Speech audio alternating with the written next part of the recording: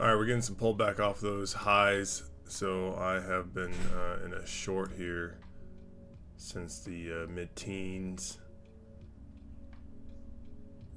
It's holding this. Seeing if we're going to break down, at least tag VWAP around 90s, 98s.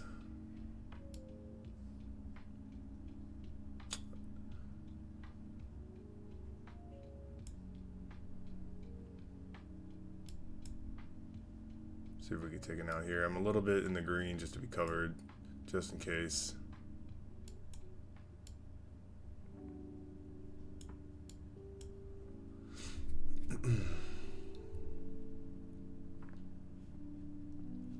All right. Oh, there we go. Didn't realize that was on mute. Top chat, live chat. There you go.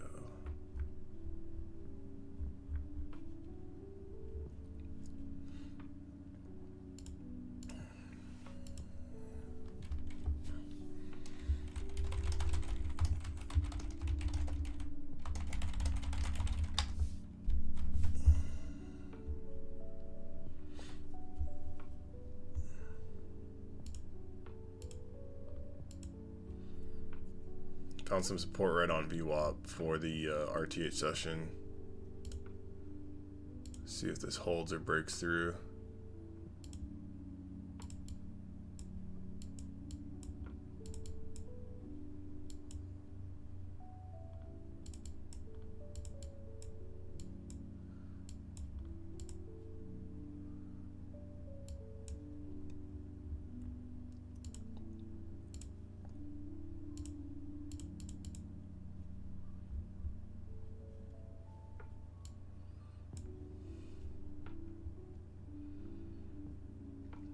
All ticks are above zero except one broke below -50. Still a pretty bullish morning.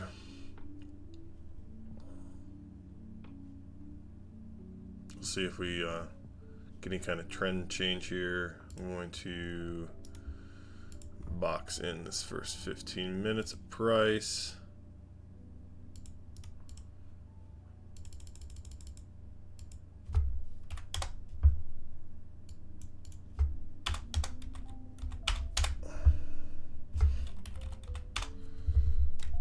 So we got our high set at 24,468.5. Our low set at 24,412.75. Just change this color here. Go with this blue. And then we're going to drop this down into a 5-minute for today.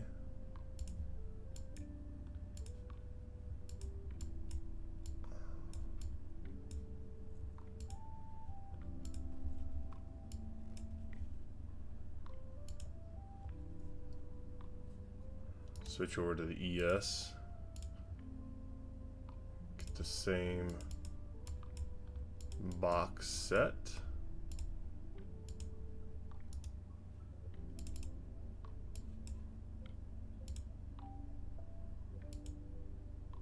Oops.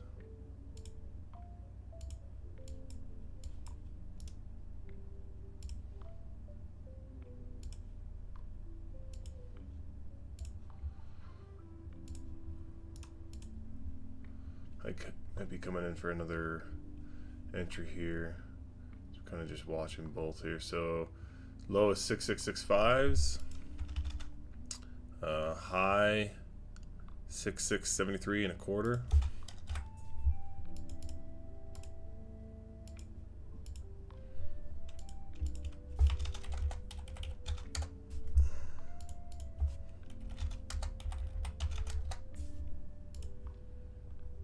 I'll also drop this one down.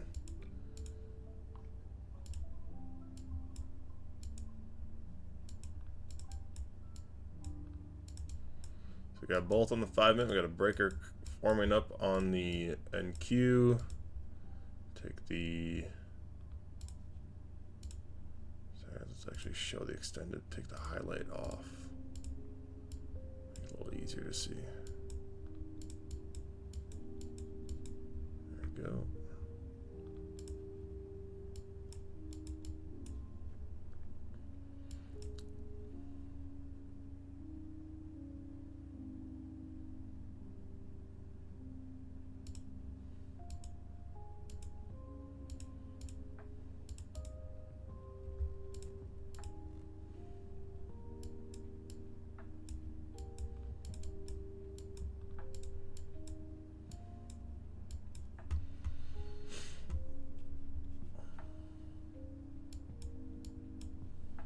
So we've got a congruent trade right now with the VIX on the NQ going up while the breaker is also to the long side. I'd like to see a reversal after potential breakout long, a reversal back into the opening range. We'll continue to monitor the internals and just see if we get a traditional setup here. At this point, though, it looks like we're going to get some new highs going and potentially trend the rest of the day. Wait and see. Got our ADD looking pretty decent, positive, and Volt volume stepping up. Running into resistance at 480s. That's about 40 points above us still on the NQ. We've got our breaker. We can go ahead and set an order and keep our stop loss at the top of the opening range.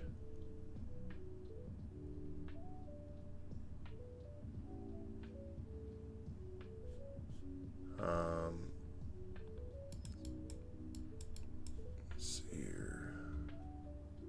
248.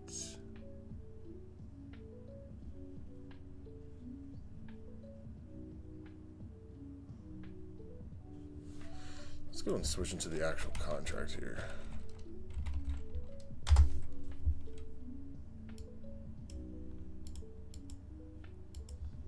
Okay.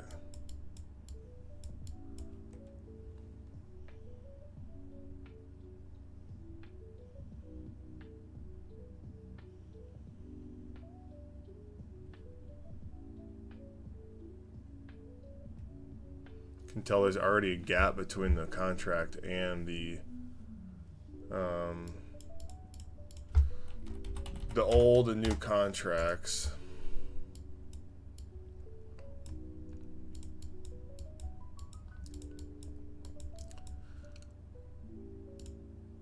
With that said, NQZ5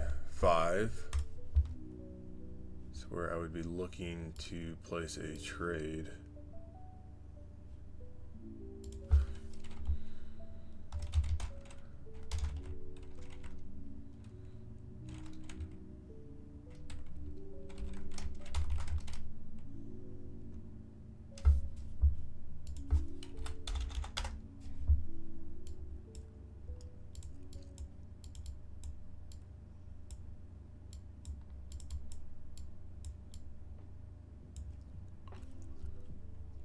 There we go.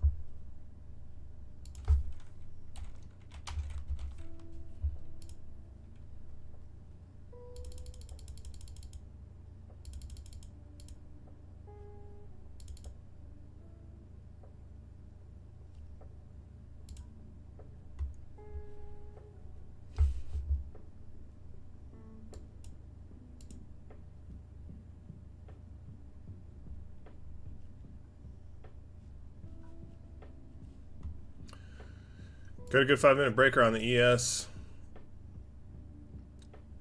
The VIX is still above, so you have a congruent VIX trade. To me, this means that we will get a breakout above and come back down. But that's just from prior trading action, so we'll see if that actually plays out.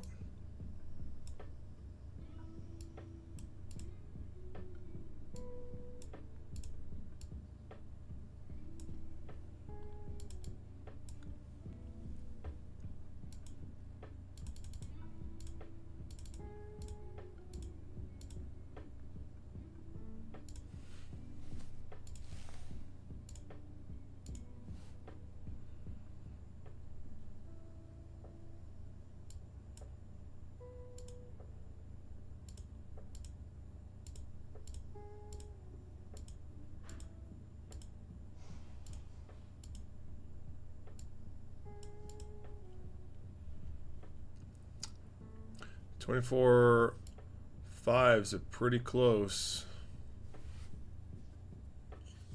8 points away.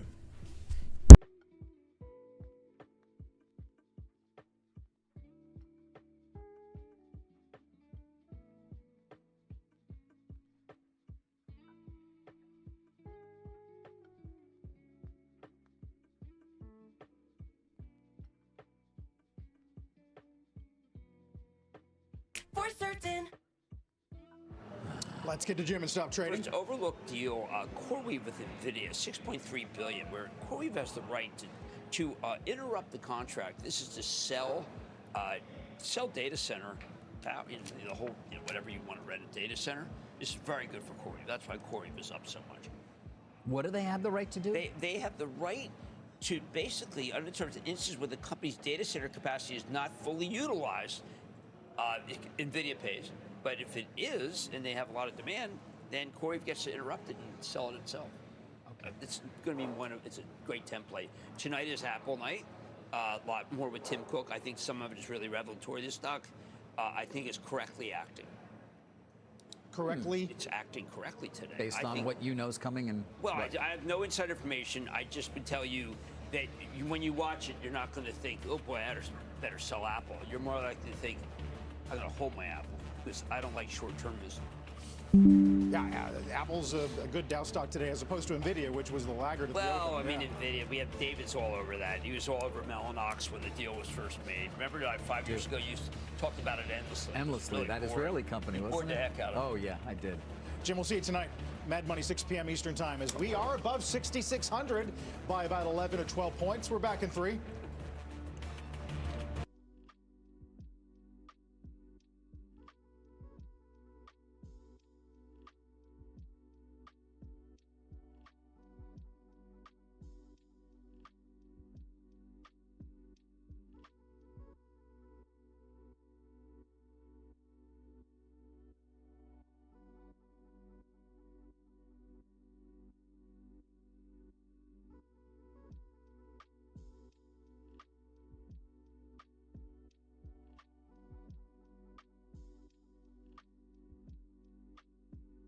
So far, the congruent long on the NQ and the ES are both playing out, looking like 24.5s are on the way. I am going to be a little bit hesitant here on just taking a long, just because we are continuing up. I would like to see some confirmation here with the VIX, but we may not get that. We're getting extremes on both tick and the nice tick and the tick Qs.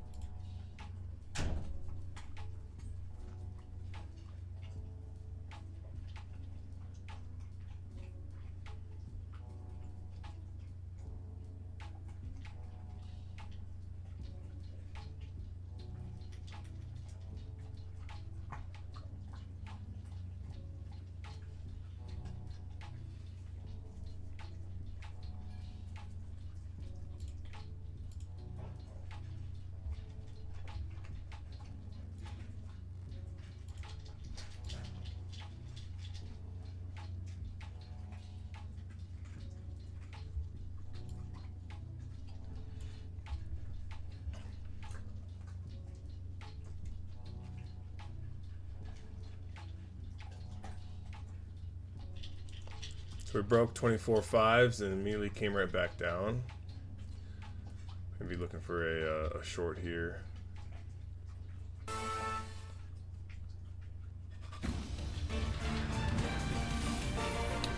Wait and see. We could also take off. We have R2 above us at Good Monday morning. Welcome to 24 Squawk on the Street. I'm 580s. Sarah Eisen with Carl Quintanilla and David Faber. We are live at Post 9 of the New York Stock Exchange. Stocks kicking off the week higher, near record highs. We've got a big macro week ahead with the Fed meeting, retail sales tomorrow. We're up 0.5% on the S&P. Tech is having a nice start. Alphabet higher, some of the semi-cap companies higher. Nasdaq up 0.75%. As for treasuries, a little bit firmer today. Actually, yeah, firmer with the yields a little bit lower. The 10-year yield just above that 4% level. Ahead this hour, two big movers in tech. Tesla surging as Elon Musk discloses a $1 billion share purchase, while NVIDIA pulls back on a China investigation. We'll talk to noted tech investor Dan Niles about what to do with both of these names right now. Plus, vaccine stocks coming off a off session after reports said the Trump administration may link COVID vaccines to some pediatric deaths. Former FDA Commissioner Dr. Scott Gottlieb will be with us to discuss that news and a big CDC meeting, what you need to know about that this week. And then much more on these TikTok headlines and how close the U.S. might be to a deal with China. But guys, it is Fed week, and we have a major Fed meeting coming up on Wednesday. Meeting kicks off tomorrow. We might not know who exactly is going to be. You can go ahead and grab a short here. Whether Stephen Myron gets confirmed tonight, what happens with Lisa Cook. But what we do know is that the market is So we can go back into the middle of the range, down in the 40s. That's 50 points below us. Otherwise, we may get taken out if we set new highs. So we'll just play the bracket 40-40 and continue to monitor and watch this. Our tick is right on 0, crossing below and getting into negative territory.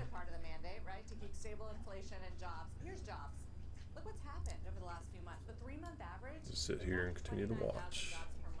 They actually went negative in June. And then if you do that whole revision back from April 24 to March 25, 911,000 jobs fewer than we expected. That means that we were thinking that job growth was around 200,000 a month, averaging. It actually was closer to 75,000 a month. So the concern for the Fed has to be on the employment side of the mandate, which is why everyone's now expecting for them to cut. What's the mystery? Well, a few. Number one, how many dissents will there be? I mean, some people might dissent and say, no cut right now. We're worried about the inflation and tariffs. Some people might dissent and say, we want 50. We want to double 50 basis point cuts. I would especially watch that if Stephen Myron gets on the Fed, maybe Bowman and Waller. Looking for 82s. We just don't know. It's important because it just shows that it's not exactly clear cut what to do. Retrace. Political pressure on the Fed, and the dynamic is changing very quickly around inflation and jobs. But it's tough. We haven't seen 4 dissents, Carl, since 1990. And the lower 90s hold, they could really make a run right back at 24,500. So I'm going to play this a little bit closer. Are so stupid because they're supposed to be data dependent. So why do they have to give the market a roadmap for what they're thinking about what interest rates are going to do in the next few months? But we will get the dots, which is likely to show, I think, the market consensus. All right, so another one that's got taken out, still in the green. So 2 for 2, some small trades there. The ES came back to the opening range though. NQ still up there above. 30 minutes in. Let's also just double check. I'm pretty sure there's no events to really worry about here. Unless you want to stop and assess conditions. That didn't happen last time around.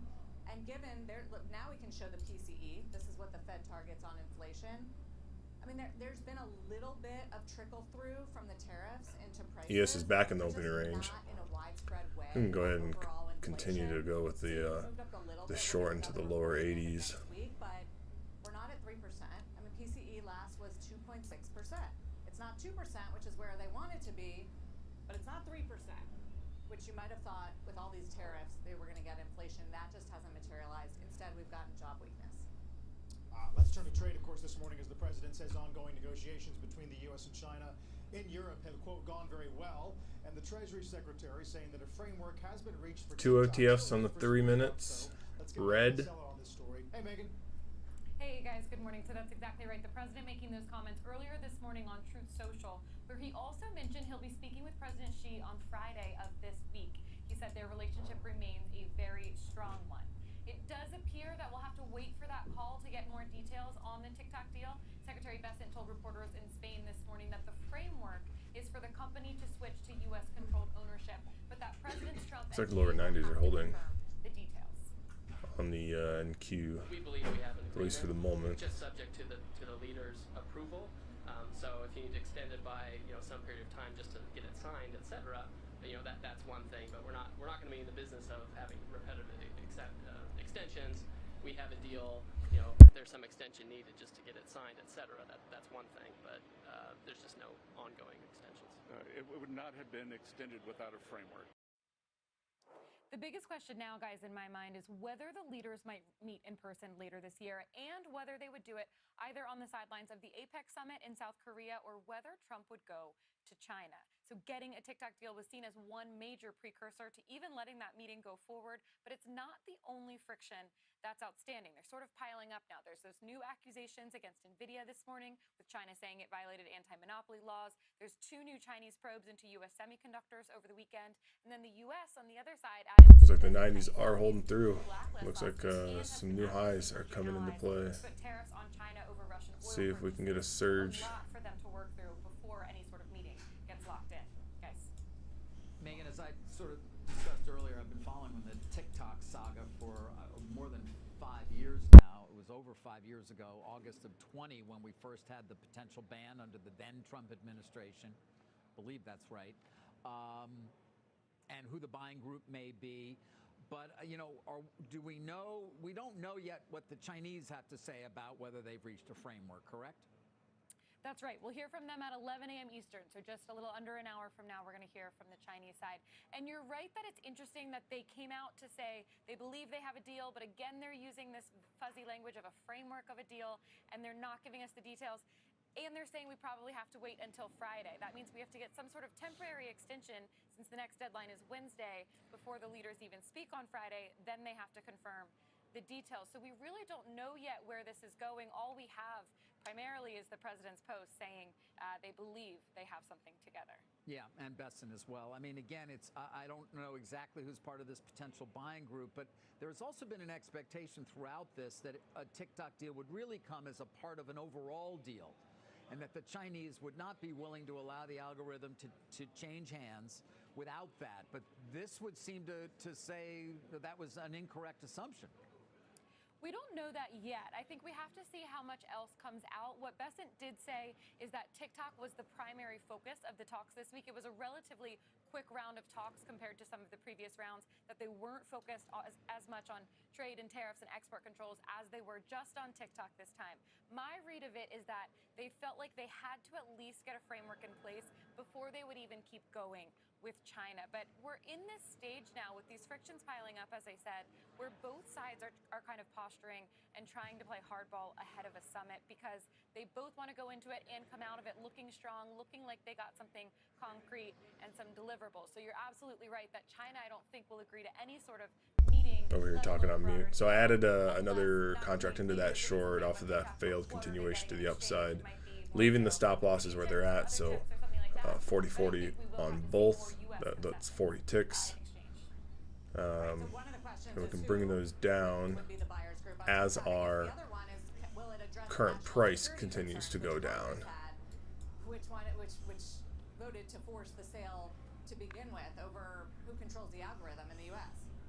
I think we'll get a lot of reaction of that once we figure out who the buyer is. Besant did So say 507s, that it would be U.S. ownership. 502s right now Understanding and how he described it. are my stop losses. That would satisfy the majority, at least, of the concerns that we've seen. It's been kind of fascinating this year to have started the year with a Supreme Court ruling saying this needs to be done, this needs to be sold, and yet we've still seen so many extensions and not a lot of noise made about it in the meantime. But if it is U.S. ownership, that's ultimately what lawmakers and others wanted to see. So again, we don't know who the buyers are, but as long as it's in U.S. hands, we don't know what the Chinese are finally are getting in order to finally give that up. But that would at least move the ball a little bit more forward. Hey, finally, Megan, while we have you, this post from the White House account. A lot of our levels are still well below us. Overnight open, overnight highs, and lows. So just keep that in mind. Response to the upset South Koreans who landed home from Hyundai. Absolutely. I thought that was fascinating and sort of a continuation of the discussion we were having last week about Hyundai, that there has to be a way. Continuing to move the stop losses closer into price as we continue to sell off. We've been talking about how companies want to send their expertise, their knowledge base here in order to make sure the factories. May look to take one out here and just keep a runner going. Embedded in each of these trade deals, at least on a temporary basis, to make sure that that happens. We heard Lutnick talk about it got one taken out last week, and then to see that post from the president suggests they really are moving in that direction, because as we discussed before, there's just no way with the current immigration system that there would be room for enough of these workers to be here and to be here long term without being afraid of something happening like what happened at the Hyundai plant last week. Megan, thanks. That's a lot. Megan, Continuing to hold the short. for us today. Thank you. See how much Well, the further we markets as can we take sit at these this. record highs back above 60 for the first time, above 6,600. Let's bring in a Truist Wealth Chief Investment Officer and Chief Market Strategist Keith Lerner. Might as well just add another contract in here if we break below 85s. Activity arguing that a Fed decision might be a sell the news no matter what happens. Do you think that's possible? Yeah, well, first, great to be with you. We're all in wait-and-see mode for this Fed meeting. Listen, to your question, the market right now is starting to price in about an 80% chance of 3 rate cuts by year-end. So if there's a little bit of a pushback against that, yeah, maybe there's a small risk of a little bit of a setback. But I think if I zoom out a bit, the big picture is I still think this market continues to earn that benefit of the Dow. As you mentioned, S&P at all-time highs. We're seeing global markets. 85's got bought right when I did that. Index at all-time highs. Jeez. We're seeing the bank index at all-time highs as well. Okay. And then lastly, Still looking for market some back, lower when the prices to be rates set here on the are NQ. highs, historically, when you look forward 12 months, the markets have moved up almost Stop every losses time, are at or when there's been a pause, except when there's been a recession. So that's 92 half. But in our mind, we still have to give this market. And they've got this other one at When you look at 80. the weekly surge for 88s. Oracle, last week, and now for Tesla, which I think is going to take out Oracle's weekly gain. Continue to Is move that these about lower. Short interest getting squeezed, Both are in the money. a chase into year-end among real money. Does See if we can break those does it mean you 80s. Just can't take your eyes off of the AI trade. Continue even this if you flush think a down. funding or a rate small cap story is interesting? Sure. Well, with Oracle in particular, I think it's really all about earnings, and that's our key message. All right, got one more taken out. Narratives with this market over the last year, whether it's inflation, interest rates. Just holding on to one now. But the North Star Leaving of this market up has in been the earnings. One reason why Oracle went up a 90s. lot last Okay, week is because that's of those earnings. taken What's also out. notable, what you brought up is even like on the news overnight with Nvidia, what's happening with Mag 7 is money is actually not leaving the market; it's just rotating within, and we're seeing that more broadly as well. So to me, that's actually a healthy picture. What's good, Swami? Small How you cap. doing, man? We still like the technology trade because that's where the earnings momentum is the strongest. But over the last month, we have incrementally become more positive on small caps just because we think there's a little bit of catch-up potential. I mean, you laid out how piled up on one side this market is going into a Fed meeting, record highs all around. I would also add that gold is up 40% year to date. We haven't seen a move like that for gold, I don't think, since the 70s. So is there scope for disappointment? Because as I noted, the market's really expecting a bunch, as you said, more rate cuts this year, but it's far from certain whether Powell will endorse that view, especially Nice. with dissents and those on the committee that are still worried about inflation. All right, I'm still looking for some shorts here on the NQ. I want to see if this can break down into the opening range Going into this meeting with high expectations, zone, or if we're going to get some support here. could have a short-term disappointment. But I also recall the last time the Fed cut rates was about a year ago. Heading into that meeting, We the faded S&P was off of up those extremes on 17 or both tick, 18%. nicey Been tick, chopping and the around for a tick while Q. before, rising about 4 to 5%. Along with the VIX and the VXN, those have been congruently going in the same direction as the ES and the NQ. A lot of times when that happens, I see price reverse and go the other way. So you get like a break to the upside on both open ranges and then failed upside auction and then selling coming in. So we saw a little bit of that with the NQ hitting 24,500s, dropping back into the 80s. We'll see if we can keep going lower, or if we're going to hold this now that we're on the new contract. Can be a little unpredictable. You haven't really been that enamored with international, even though some of the gains in Europe and even China, for example, dwarf.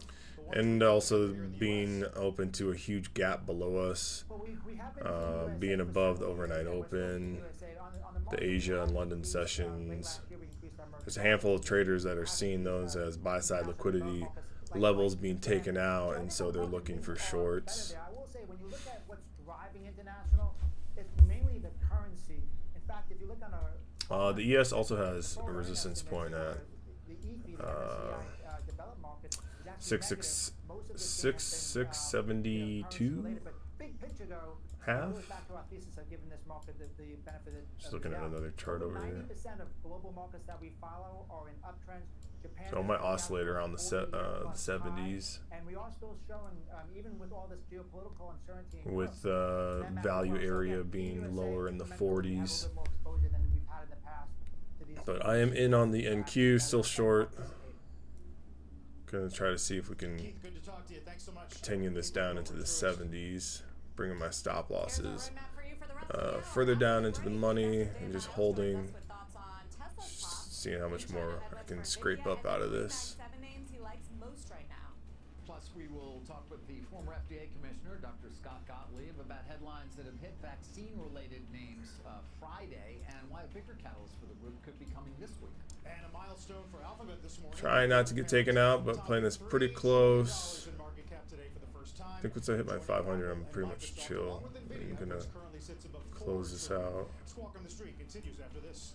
Oh shit, I got taken out. 440s on the day. I might jump in here with one more contract.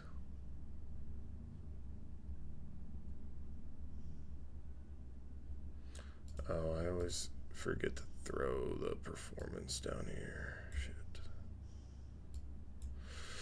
Shit.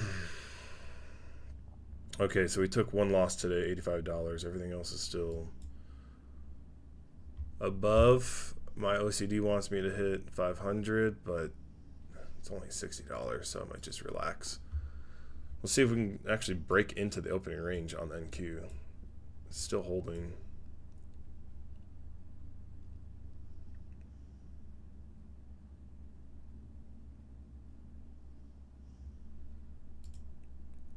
Gonna go take a peek at the equities. Let's see what's going on here. Russell had a orb long, came back inside. The NQ is the only one that really took off and stayed up there. I guess in comparison to the ES, it did break above, but now it's well below VWAP. I might grab another short here if I can get filled at like 85s.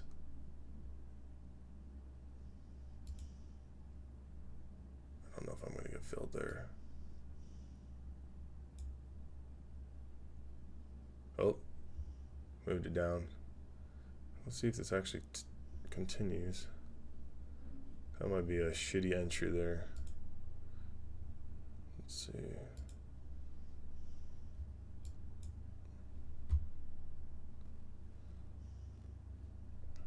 Let's break this down into the 3-minute.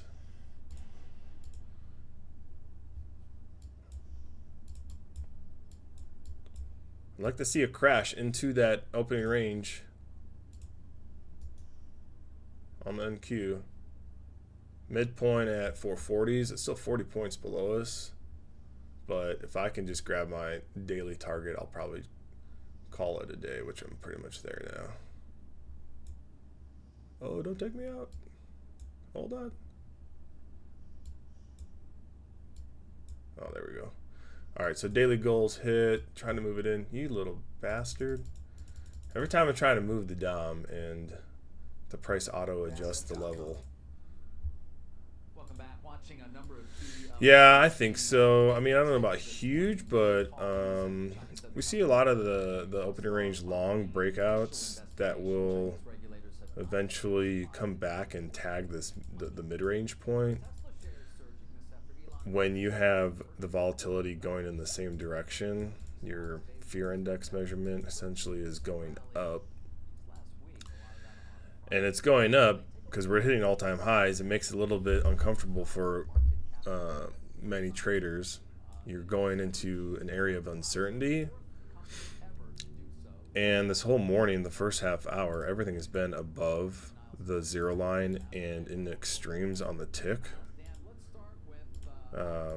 So it's just it's just natural to have some level of pullback. Now, in terms of huge, I'm not sure how big, but the opening range midpoint, these white bubbles are generally pretty good targets to shoot for, depending on where you get in. If you've already hit your daily goal, I've already hit mine, so I'm trying to just go for 500 a day. spread that across the accounts. I think that's plenty. And with the NQ, it's pretty easy to hit 500 with 1, 2 to 3 contracts. I trade 150K accounts, so I'll go up to 3 minis at the most. So after that fail side at the 500 level, another failed attempt on this candle, you can see, failed, sold off, engulfed it, broke 9 EMA. I think this could easily go all the way back down into the next level of support and then VWAP below, but you could get a trend change of structure right in this, where it's selling off and then, you know, we bounce either on the 20 EMA or the high of the opening range. Same for the ES. I'm on the 3 minutes. Let me just go down to the 3 minute. So on the ES, obviously setting all-time highs, overnight highs. We took out the Asia and the London highs, and I mean, we just took off after the London session really took in, or the London session really opened up. We've just been grinding after that first dump off. So actually, you know, I would be looking at this fib pullback from that wick from 2 a.m. my time. And if we can either hold the opening range mid or this fib zone, the targets above for the ES, 6685s, 94s, 6700s. But if that doesn't hold, I would be looking for any of these fib zones as potential targets if you're going to take a short at the top. So let me go back to the Qs.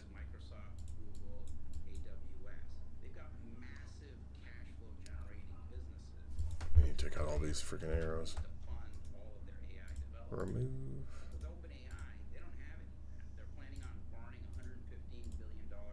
Remove.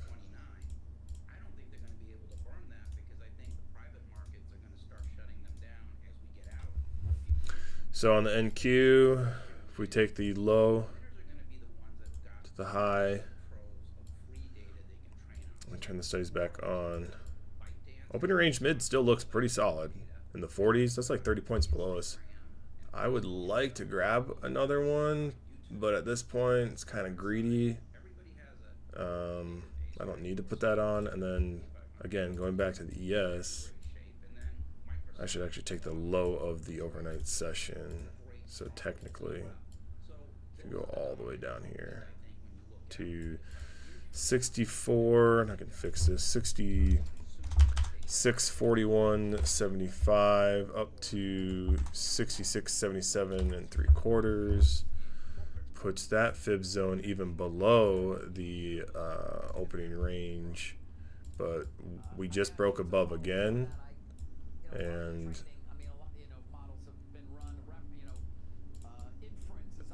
that opening range mid could be that support zone. So I would be hesitant at this point with the ES. 6670s is 4 points below. I would want to close below this opening range mid level, and then I would potentially be looking for, I don't know why it's not letting me draw. Then I would be looking for a potential short.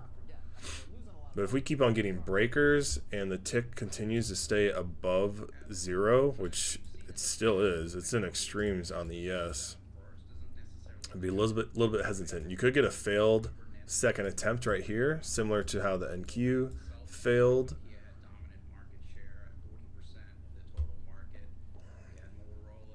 But this week's going to be full of volatile action, and for me, quite a bit of uncertainty with FOMC and all the contracts changing over. I'm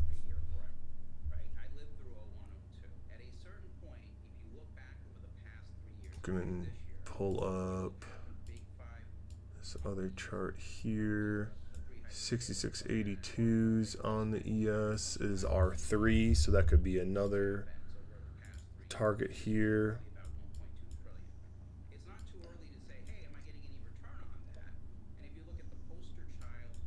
You're getting continuation on the tick printing above zeros from 8:09 a.m. Mountain Standard Time. So the last 20 minutes, it's all been above zero, and we might break and set a new high of day here. We're really close, a dollar away or a point away. NQ still hasn't fully gone into the opening range. It did sell off, and that's what I was saying earlier, that trend change where we were OTFing on the 5-minute. Now we have this change of structure. You would, in my opinion, want to be looking for a breakout above 508s, and then have a close above there and look for another entry. Obviously, you can get it now, and your entry point is going to be better, but it could also fail if you get up to the previous high of days and just sell it right back off into the opening range midpoint. So, if anything, I'd keep my size really small at this point. One contract, one mini contract at the most.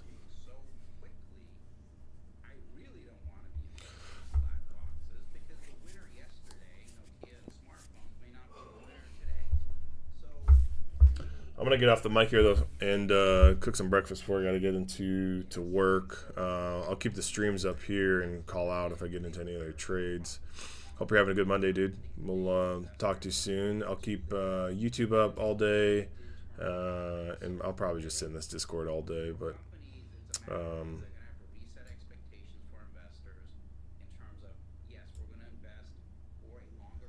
thanks for stopping by. Appreciate you.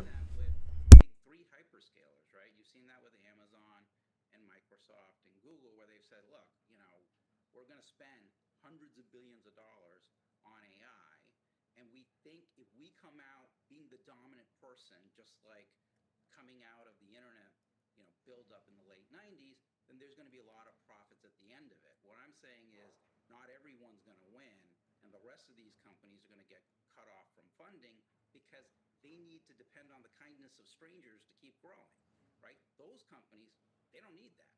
They've got plenty of cash flow coming in. So that's how I'm trying to think about this beyond just what's happening this week or, through the end of the year. All right, what's it all mean for NVIDIA then? All this spending and the way you at least see things playing out over these next few years? I think in the short term, I'm a big believer that people still want to believe that, hyperscaler spending is uninterrupted. It's going to go on forever. And this whole anti-monopoly thing is just negotiation to try to get Blackwell chips that China wants. So I think you're going to get that approved by President Trump. You're going to get one last surge in the stock. And then I think in 2026, you're going to run into an issue as some of these more marginal players in AI find they can't hit the private markets to raise funding. And I think that's when issues come in. And I don't like deals that I'm seeing like with CoreWeave, where you're saying, hey, you know what? You go off and buy all of our chips, and if they're not used, then we'll buy that capacity back from you. When I see stuff like that, I don't particularly like it. And so, we'll see how things turn out next year, but there are more and more of those deals that I'm seeing. And to me, at least, that's not a great sign. Yeah. Dan, always a pleasure. Thank you. Thank you. Coming up on the show, former FDA Commissioner Dr. Scott Gottlieb on why this week could be critical for vaccine makers.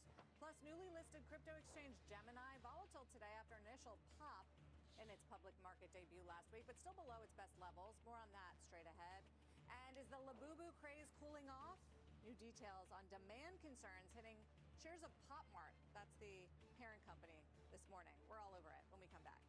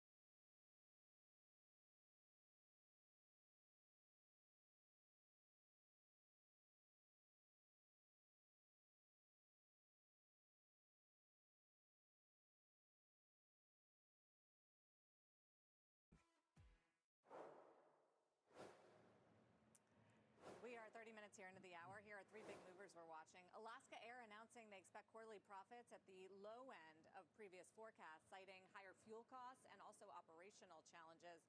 Stock down 2%. Shares of agriculture company Corteva under pressure, reportedly considering separating its seed and pesticide business into two separate companies. And then check out shares of Labubu maker Pop Mart, pulling back in Hong Kong trading today after JP Morgan downgrades the stock to neutral, cut its price target. The Financial Times also out with a story about concerns over potential cooling of demand. I don't know, I still see them all over the place on the streets of New York, and I even have one attached to a handbag. But there you go. It's had a tremendous run, Pop Mart. It has. Stock, yeah. What was the thing years ago? What were the various things that were like Beanie Babies? Yeah. Beanie Babies, Tamagotchis. Tamagotchi. That was like when I was go back to growing like up. Pet Rocks. I don't know if you remember Pet that. Rocks. Yeah. You probably had a Pet No, Rock. I never had anything. Nothing at all. I can't see you with the Labubu. Your kids are too old. Yeah, they are. They are. All right. Okay, let's get to a CNBC News update. Bertha Coombs has that for us. Bertha. David, Secretary of State Marco Rubio will travel to Qatar after his visit to Israel. Comes as the Gulf Kingdom hosts an Arab Islamic summit just days after Israel struck Hamas leaders in its capital. Qatar's ruling emir opened the summit with a fiery statement saying Israel does not care about its hostages in Gaza and is only working to ensure Gaza is no longer livable. South Korea said today it will investigate whether any of its workers suffered human rights violations during a U.S. immigration raid at a plant in Georgia. U.S. officials said the roughly 300 arrested were either working illegally or had overstayed their visas.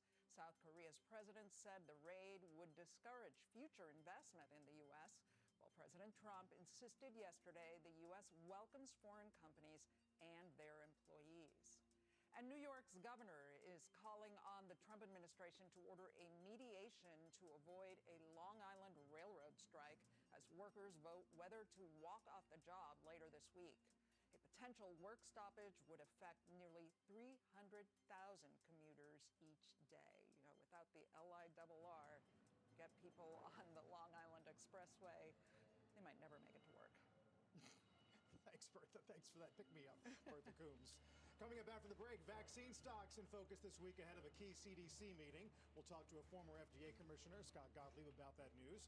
And then check out some of the best-performing sectors this morning. Comm services leading the charge. Google's going to have something to do with that, up more than 4%. Stay with us.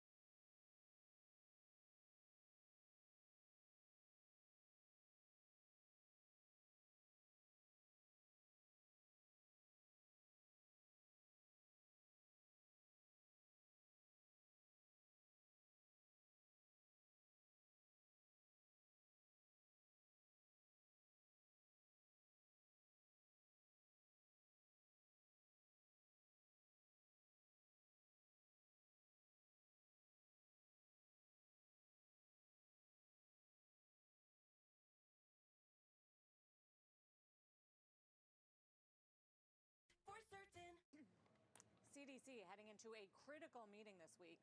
A vaccine advisory committee is scheduled to meet over 2 days, expected to discuss vaccine mandates for COVID, Hep B, MMRV, and more. This comes after a report Friday said the Trump administration was preparing to link COVID shots to some pediatric deaths. Joining us now is former FDA Commissioner, CNBC contributor, Dr. Scott Gottlieb, also board member of Pfizer and Illumina. It's great to have you back, Dr. Gottlieb, and good to see you.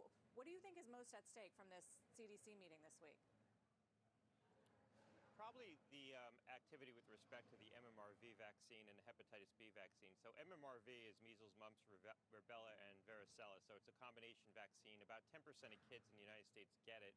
There's long been an effort on the anti-vax side of the ledger to try to get this vaccine withdrawn from the market on concerns that there's a small seizure risk associated with the vaccine. That seizure risk can be fully mitigated if you check the child's temperature about 5 to 10 days out from vaccination and treat any fever over 100.5 degrees. So there's a delayed febrile reaction associated with this vaccine. The seizure risk is about 0.04%, so 1 in about 2,500 kids are at risk for that. But there's long been an effort. Okay, so the top of the range is holding. We went back into that fair value gap that was set earlier. With hepatitis B, If we remove this drawing on the 5 minute, take that breaker, extend this over. So this is on the agenda as well. I would expect to see CDC at least take a vote on whether it should be withdrawn from the schedule so it's no longer given at birth. There's good reason why we give this vaccine at birth. If a neonate is infected with hepatitis B, I'm curious why these are not setting. chance of developing chronic hepatitis B infection. Close They above. can't clear the infection. But if they're vaccinated within the first 24 hours, you almost fully mitigate that risk. So we've done a good job of virtually eliminating hepatitis B from neonates, but this will set that back.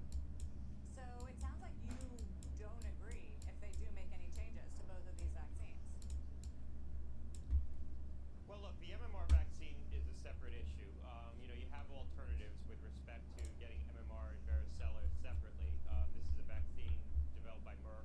It's more convenient administration. I think with respect to hepatitis B, there is a risk that if we don't deliver this at birth, then you're going to see more children go on to develop chronic infection. With respect to hepatitis B, if someone gets infected after the age of, say, 5, they have a high chance of clearing the infection.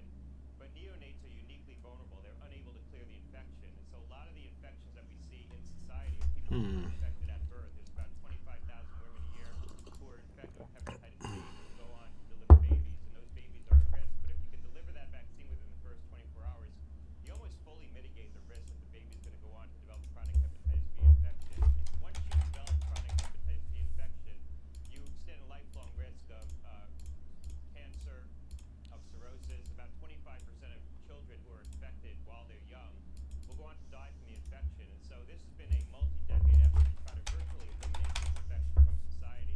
I think this would set us back. I think a lot of people don't dig down into why we vaccinate kids at birth. It sounds odd to vaccinate a child within the first 24 hours, but that's because the neonates are particularly vulnerable. They're unable to clear the infection. So if they do get infected at delivery, they're going to go on, in most cases, about 90% of cases, to develop chronic hepatitis B infection. Scott, we've been taking note of some of this increasing diffusion of state recommendations above and beyond what HHS is recommending. And I wondered, do you think that is going to continue, and is it going to play out over sort of state party lines? It is so far divided along red and blue states. If you look at the states, there's about 20 states in all that have put in place standing orders to allow administration, particularly the COVID vaccine, at the point of pharmacy, which is going to conflict with the ACIP recommendations. I suspect that this is going to start to broaden out beyond just COVID. There are some red states in there. Virginia did it, and Kentucky did it. But I think this is going to play out, unfortunately, along some partisan lines among states. And I think we're going to see more action like this. California just introduced a bill that would de-link their recommendations from ACIP to medical professional societies. So I think what you're going to end up seeing is a patchwork of policies across all 50 states. It's going to be confusing to consumers. It's going to create friction in the marketplace. And it's probably going to, over time, subordinate the role of the federal agencies. And so I think the guidance coming out of ACIP will become marginalized, and a lot of these decisions are going to be made at the state level. Now, that said, there will be some states, so long as they like the ACIP recommendations, they'll continue to tie their recommendations to that body. But a lot of states are going to go their own way now. Scott, when I speak to healthcare investors, their frustration is not just limited to the FDA's posture on vaccines, but on overall drug approvals. A couple of them citing the work in particular of Vinay Prasad at the FDA, and what they feel is unwarranted blocking of drugs that conceivably have and show through their phase 2 and phase 3 trials effectiveness. One for example, melanoma on patients who are not getting the first-line therapy or not being treated effectively by the first-line therapy. This from Replimune. A number of other rare disease focus of other companies that also they seem to think had sufficient evidence to lead to an approval. Do you share that frustration with Vinay Prasad, with the leadership of Vinay Prasad? Yeah, look, I think there's no question that Dr. Prasad has leaned in on particular reviews and injected his own judgment and guided the outcome of those reviews. And as a political appointee, that's highly unusual. I can't remember any point in time when that has occurred. But I think the number of cases where he's actually leaned in is a small subset. Now, it doesn't take many to create uncertainty across the entire marketplace because you never know which one he's going to take an active interest in. I think the broader story of FDA right now, though, is a loss of probably about a third of the review staff and the slowdown in state, phase 1, phase 2 reviews. FDA is trying to marshal resources to get adequate teams around the late stage products. So they're clearing, but it's the earlier stage products, the ones still in development, that are hitting significant delays within the agency. And that is starting to be felt by venture capital firms and others who invest in early stage biotech. I do that as well, and we're starting to see that. Looks like we got some buyers coming in here on 2,500. We'll see if they actually fail. Stop loss at 508 and a quarter. Yeah, so with respect to what you said, you referenced, they're doing a reanalysis of existing cases, both in children and pregnancy. These are cases that have already been reported, but 2 of the political appointees from Secretary Kennedy are doing their own analysis. And the question is, are they going to use that analysis to try to contraindicate use among children and in pregnancy? I think the bigger story, though, is going to be that there's a lot of discussion that they may restrict access to the COVID vaccine to only 75 and above, so people age 75 and above. If you're 65 to 74, you can only get it if you have a pre-existing condition. And they may limit use for anyone under the age of 65 to people who have a narrow set of pre-existing conditions like cancer or organ transplantation. So they may substantially narrow the vaccine beyond what the FDA did in the existing label, which was already substantially narrowed from where it was. Now, like we said at the outset, many states won't adhere to that. They'll put in place standing medical orders to overturn what ACIP has recommended, but some states won't. I think a lot of people in certain states are going to have difficulty getting access to the vaccine. It's all confusing. Dr. Gottlieb, thank you very much for joining us with some of your expectations around what we're going to see this week. Scott Gottlieb, former FDA commissioner. Still to come this morning, it's been a volatile morning for shares of newly listed crypto exchange Gemini after last week's double-digit gains. We'll talk about what investors need to know after a break. Trend Tracker is sponsored by CME Group.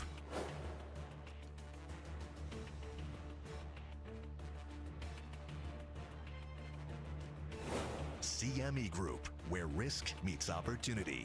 I'm breaking all of our EMAs right now. If this does not hold on the 90s, 80s will be in play for another attempt at that fair value gap, potentially leading us into the opening range midpoint that I've been talking about this morning. A lot of the times when you get a congruent trade where your volatility measures go in the same direction as the indices, it's going to fail, and your eyes really should be on the tick, and if that's coming down, and if the volatilities continue to just press higher, which is what we're seeing.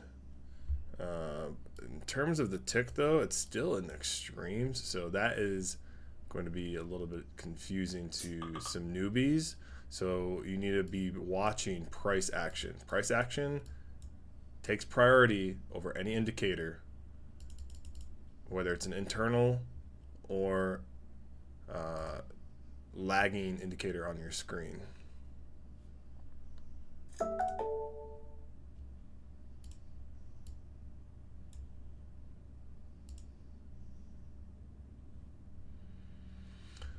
So I took a loss earlier, made those back up. We're 5 for 7 today.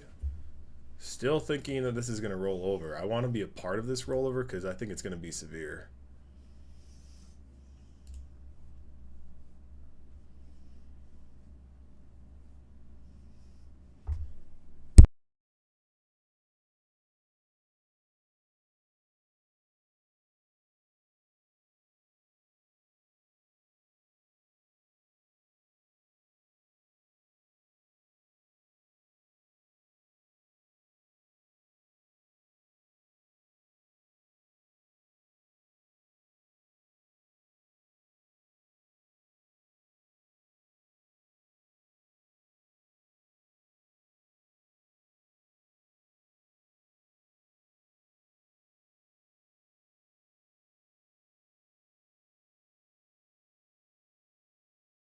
Gonna cut the YouTube stream out. We got the stream up in Discord if you want to follow. Join the Discord at orbtraders.com. Go through WAP, it's totally free through the rest of 2025. But that's gonna do it for the YouTube stream today. Take care, guys.